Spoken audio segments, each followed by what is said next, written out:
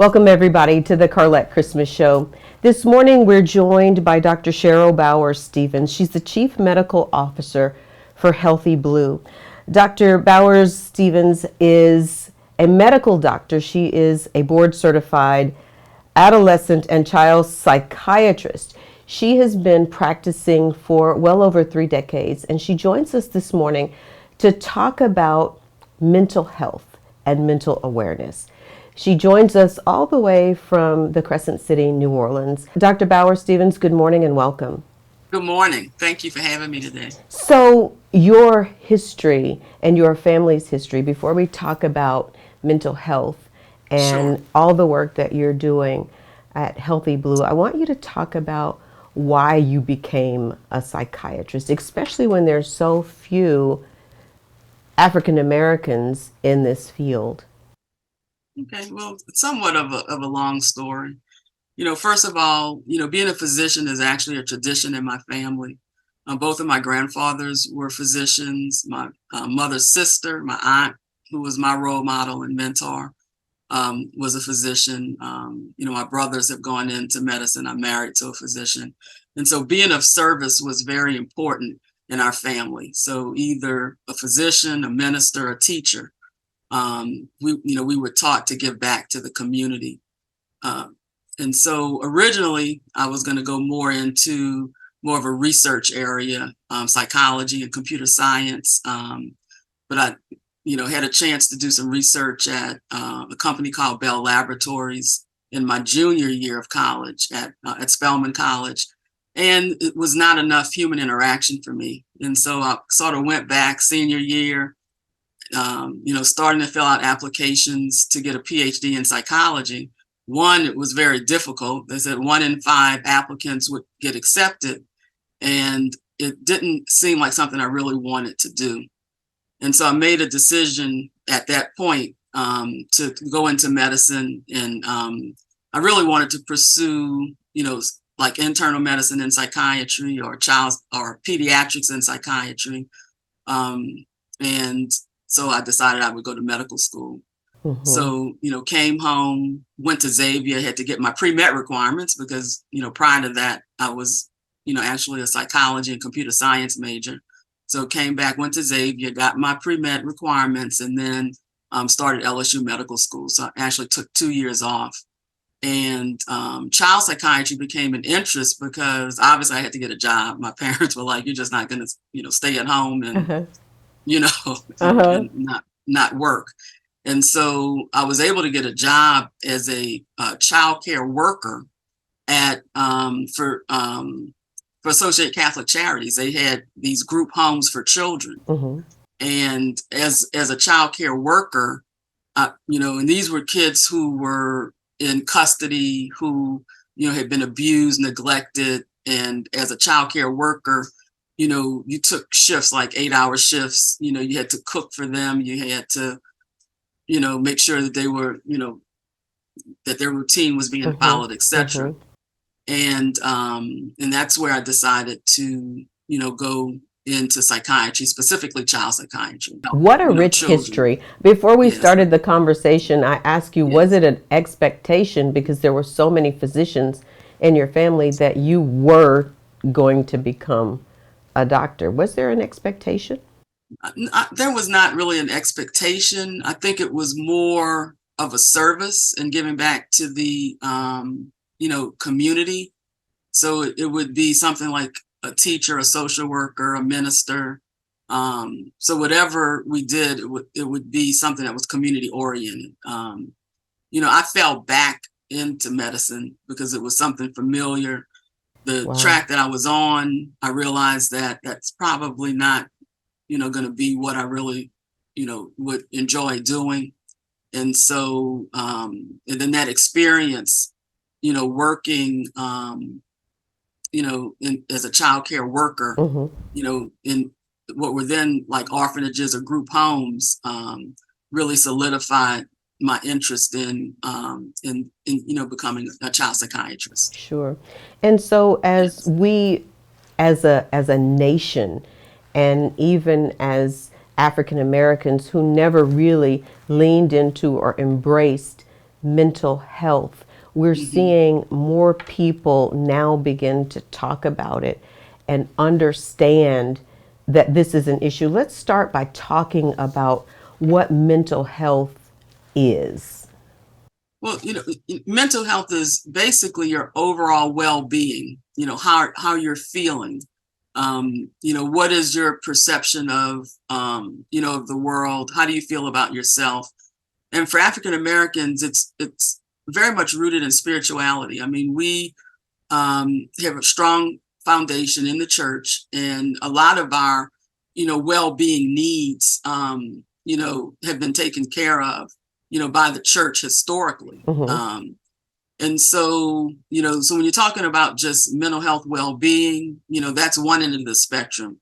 But then, it's everything from, how you're feeling today to if you have a medical condition like major depression or anxiety or schizophrenia, bipolar.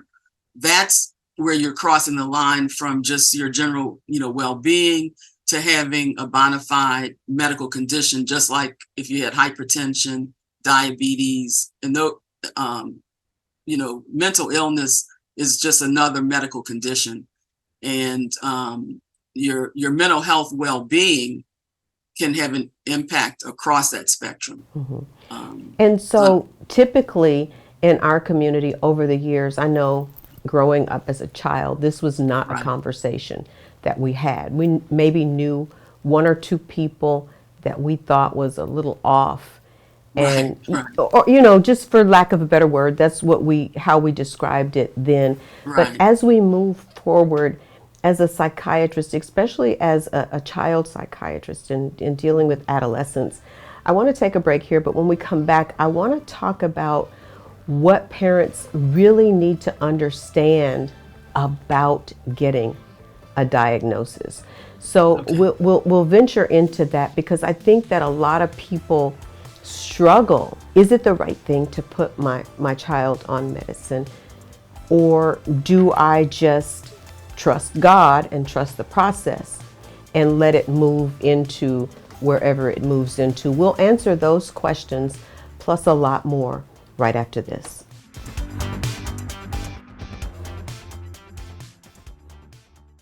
Welcome back, everybody, to the Carlette Christmas Show. Our guest this morning is Dr. Cheryll Bowers Stephens.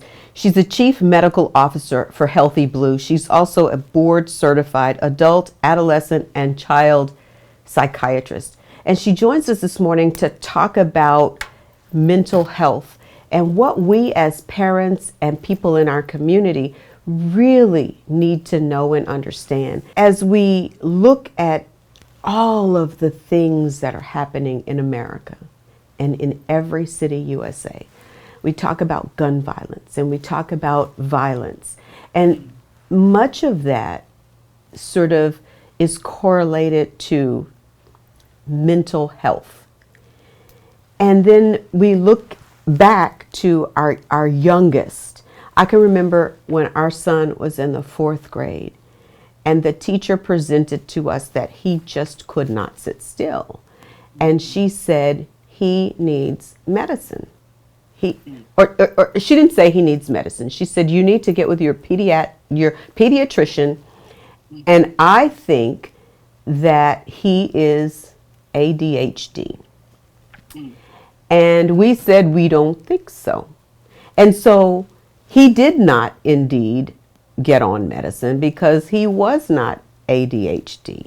But there is a fine line between your teacher saying to you that your child, in her opinion, needs to be on medicine and whether or not to make that leap. So what say you about that?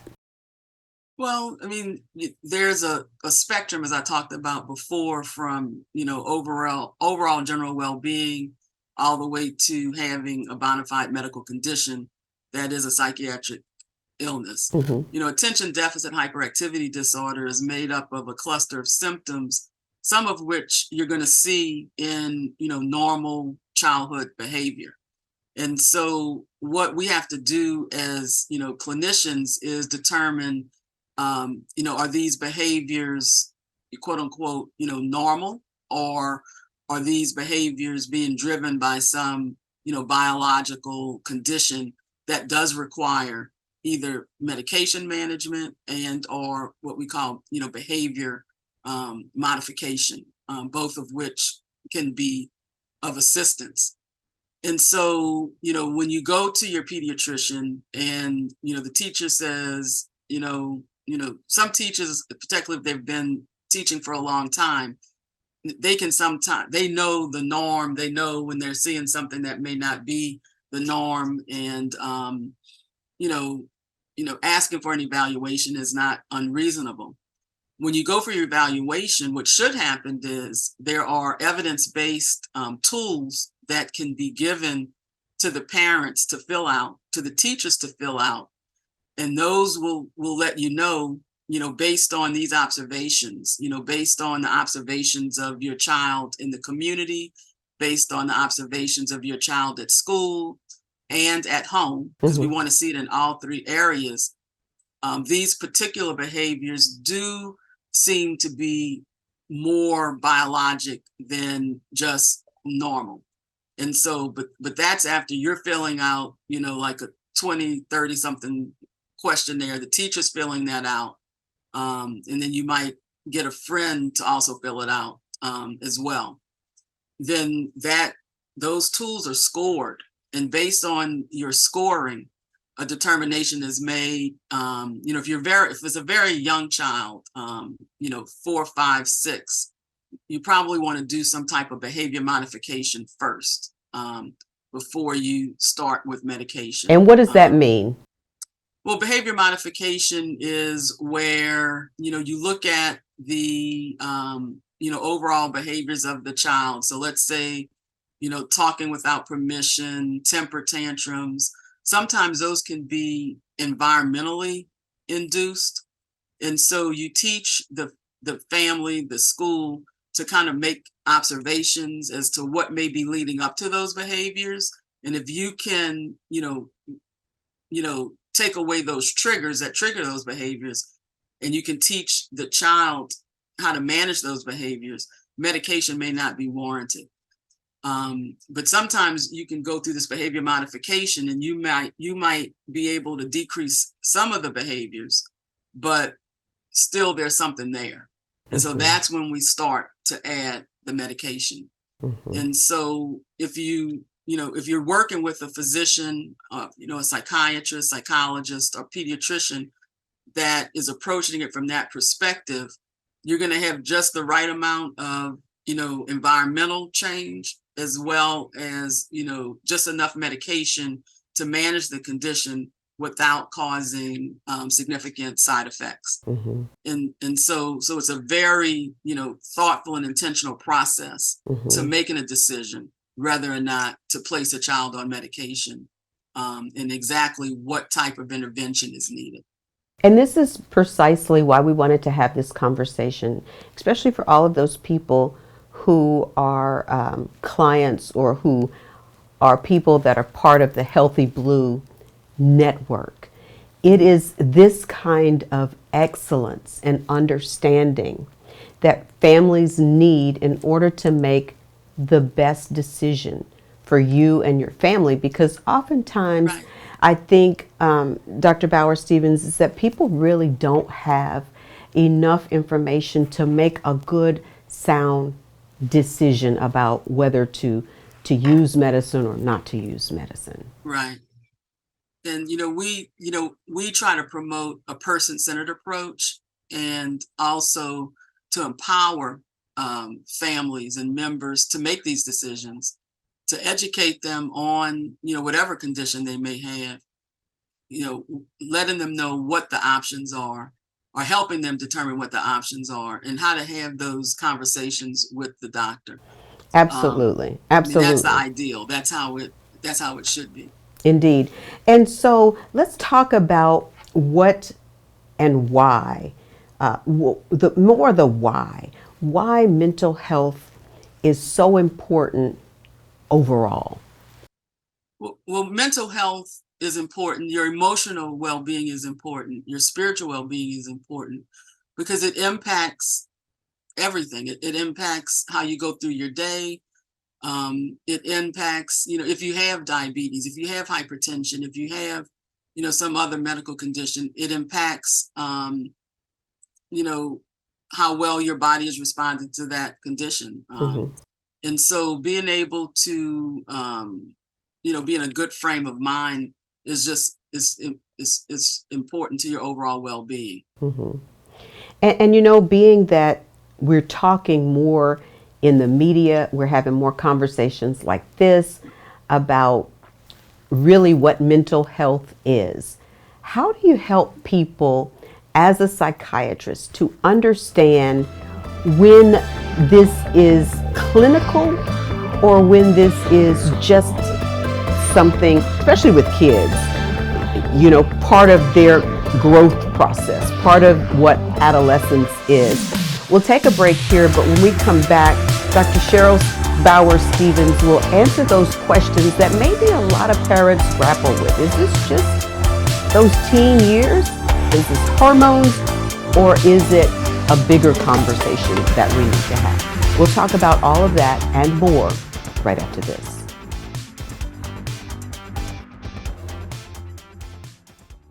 Welcome back, everybody, to the Carlette Christmas Show. Our guest this morning joins us from Healthy Blue. She's the Chief Medical Officer for Healthy Blue. Her name is Dr. Cheryll Bowers Stephens, and we're talking about mental health and what we can all understand, because we use this word, Dr. Bowers Stephens, mental health and mental Right. wellness. And sometimes I think we just really brush over it.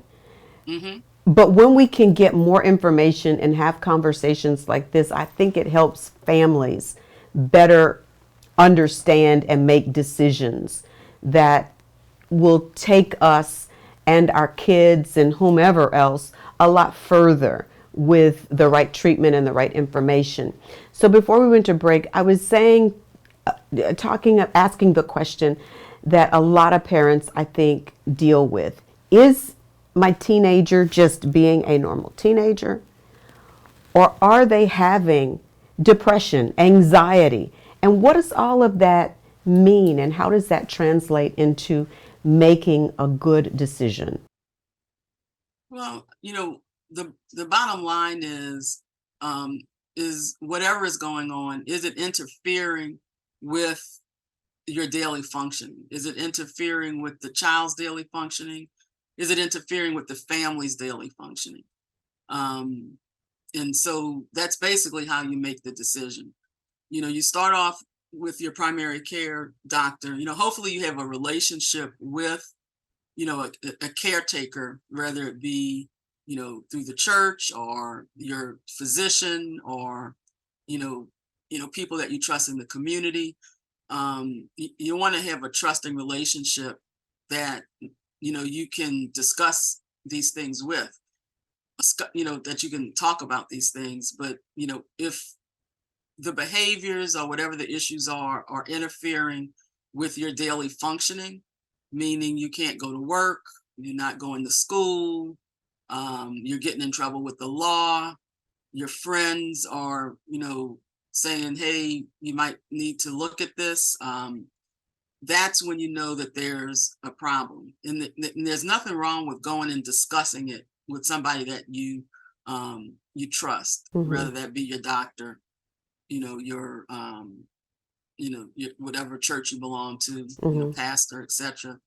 And to have those conversations, because the bottom line, you're in control. It's your decision whether you're actually going to take medication or not. It's your decision whether you're going to take action or not. So just having the discussion, a lot of us have to get over the stigma and fear, of being labeled. And, once you can get over that stigma, just to have the discussion, you're in control of what actions you're going to take to, you know, to handle the situation. So, Mm-hmm. um, so I just think about it like that, getting over that hurdle of the stigma, being able to have the discussion. Mm-hmm. But if your everyday life is being interfered with, if people are bringing it up, then most likely there's something that needs to be, discussed, talked about, and some changes that need to be made.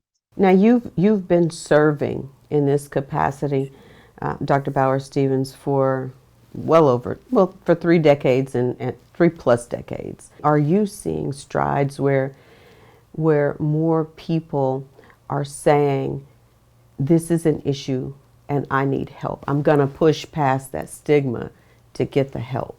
Are you seeing over the years, I has that think changed? I think over the years, the discussions have opened up. I mean, it started off with General Satcher when he was the Surgeon General. He did a whole, his whole campaign was on mental health and the fact that mental health was essential to overall health. And, now churches are starting to talk about these things. So it's definitely more open and more acceptable. In general, I think the public is more open and acceptable of, you know, of behaviors that are not quote unquote normal, so to Hmm. speak. Hmm. So I do think if you look back big picture, there has been a great deal of movement in terms of being able to talk about these issues, having mental health, more accessible for treatment. Hmm. We've got the 1-800 suicide lines. So yeah, it has become more open and acceptable. But while at the same time, we still do see a number of issues in our community that that do cause some concern. And but I do believe that we've made movement in terms of at least having the conversation, Hmm.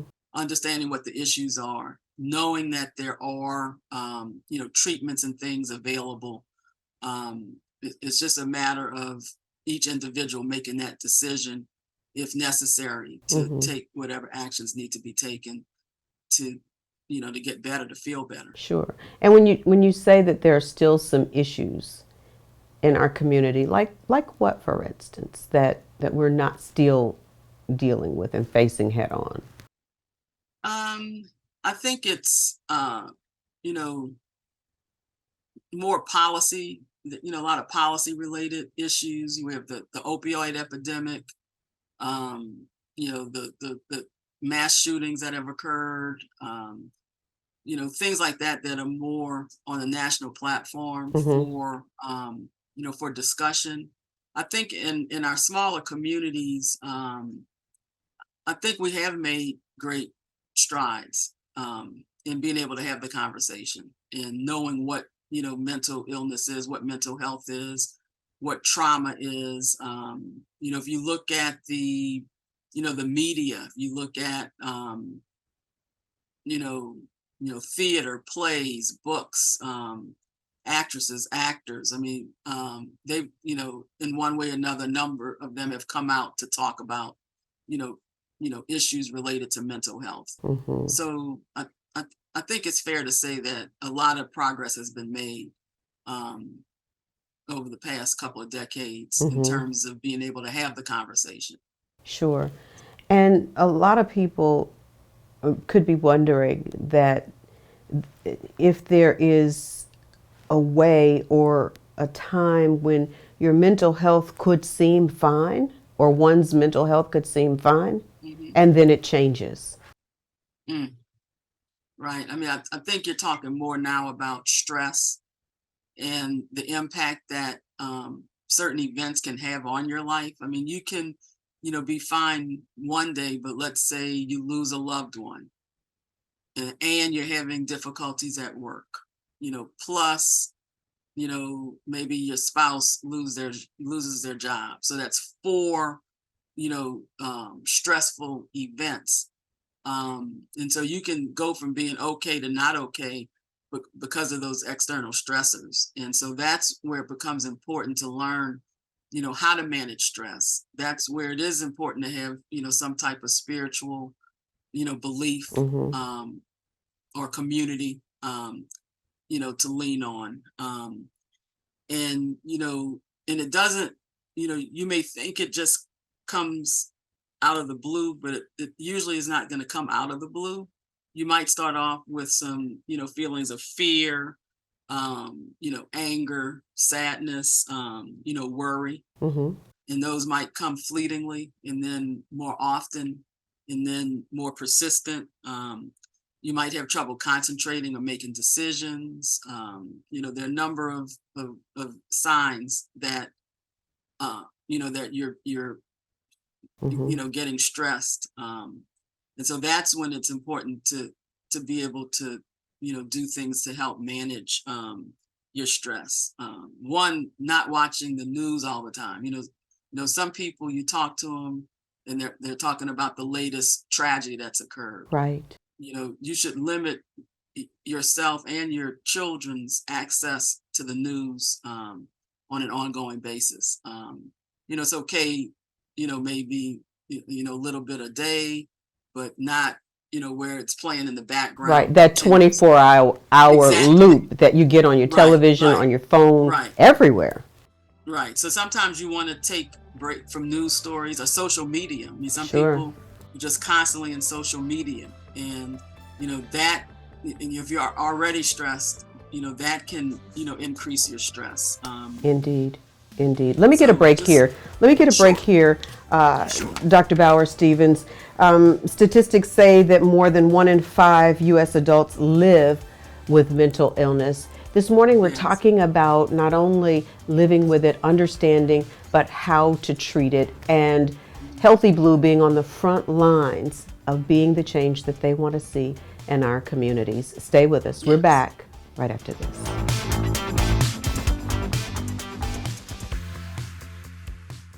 Welcome back, everybody, to the Carlette Christmas Show. Our guest this morning is Dr. Cheryll Bowers Stephens. She's the Chief Medical Officer for Healthy Blue, and it's also important to note that she's a board-certified adult, adolescent, and child psychiatrist. And before we went to break, we were talking about all of the many things that can lead to mental unwellness. And so with COVID unwinding and the government saying, okay, we're finally sort of at an end of COVID. We had still 3 years of people losing loved ones. I talked to a friend this morning. She said I had COVID 3 times, not to mention long COVID and just life's stressors. What do you say to people, Dr. Bowers Stephens, about ways we can heal ourselves without maybe medicine and all of the other things that go along with that? Yeah, I think, and some of these are things that we learn growing up. You need to get enough sleep. Depending on your, personal, needs, 6 to 8, 10 hours of sleep But a isn't night. that always changing, Yeah, though? it changes depending on your age, depending on, your own, body clock, so to speak. But, you know, understanding and knowing how much sleep that you need to function, but sleep is important. Because if you're sleep deprived, you're more likely to be negatively impacted by stressful events.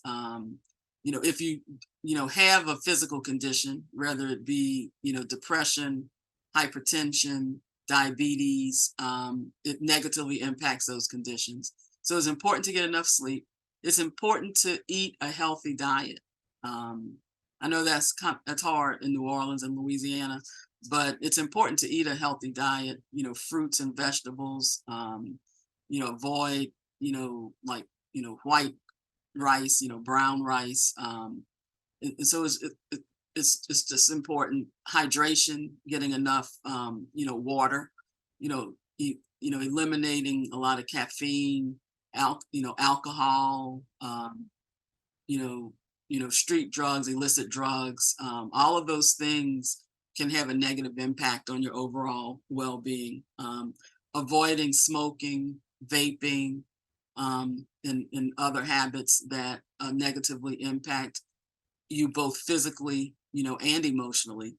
And making time to unwind, having time to relax. Um, you know, humans were really not meant for multitasking. Our lives are so complicated. You have to edit your life streamline your life, and make room for yourself and downtime.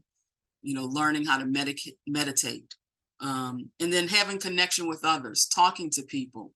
Especially now with the COVID unwind. Meet with people. Have conversations. Face to face.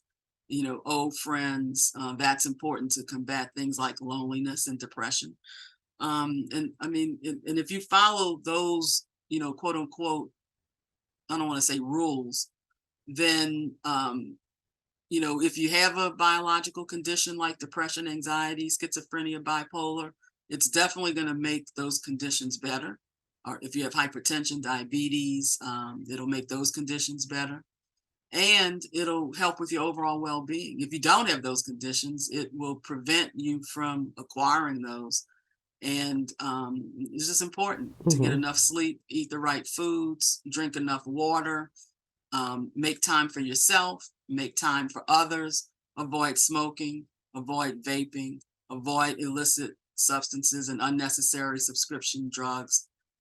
Those simple things can really make your life much better. So, question here. We know that the opioid crisis Yes, has affected every community in yes, America for sure. But no yes, community is immune. yes. Do those types of drugs contribute to mental unwellness? They certainly can, in turn, especially if your body develops a physiological dependence on those medications, and that drive to get those medications is stronger than you know your will, you know to live, your will to do the right things. So most certainly, a physiological addiction to those drugs is going to negatively impact your well-being. And now, there's so many variations of those drugs, particularly on the street. You think you're buying one thing, but you end up with something else. And, the overdose of these medications unintentionally, because a lot of times people will seek relief, by going out and buying, something off the street. And there's no intention to die. There's no intention of anything negative. You just, want to feel, good temporarily. Hmm. And then you end up dead because of the illicit substances that are now mixed in with these drugs. So, you know, for our adolescents, teenagers, and even some adults, buying these illicit substances is like playing Russian roulette with your life, Hmm. because you don't know when you're going to get that illicit substance that takes your life. Absolutely. So most definitely, the opioid epidemic has had a negative impact on society's overall well-being. Hmm. And what's the most important thing, Dr. Bowers Stephens, that you would say to families that are struggling and know that mental illness is a part of that struggle? What's the most important thing that you can encourage those families with before we've got to I let you would go? say, I would say hang in there. You know, uh, every day, every moment is different. You live in the moment. You can always make changes, and the changes can be very small. I mean, you can just start off, like I said, with getting the right amount of sleep at night. Eating your healthy foods, just taking baby steps in the positive direction, um, and just hanging in there and starting to think positive. Um, how you think and how you frame things has a lot to do with how you're feeling. That's one of the key treatments of depression, is actually changing the way you think and how you view things. That alone can start to help you, and that's something that you can start doing right now. Indeed. Dr. Cheryll Bowers Stephens, we want to thank you, and we want to also thank Healthy Blue for being an agent of change in our communities. And as we talk about the COVID unwind, we want to make sure that people are watching for that pink letter. If you got it and put it to the side, that you make sure that you do what you need to do to make sure that you and your family are protected. And there's no better community partner in all of the communities that we serve than Healthy Blue. They are absolutely providing real health solutions for all of those who need help. Again, thank you so much. Thank you.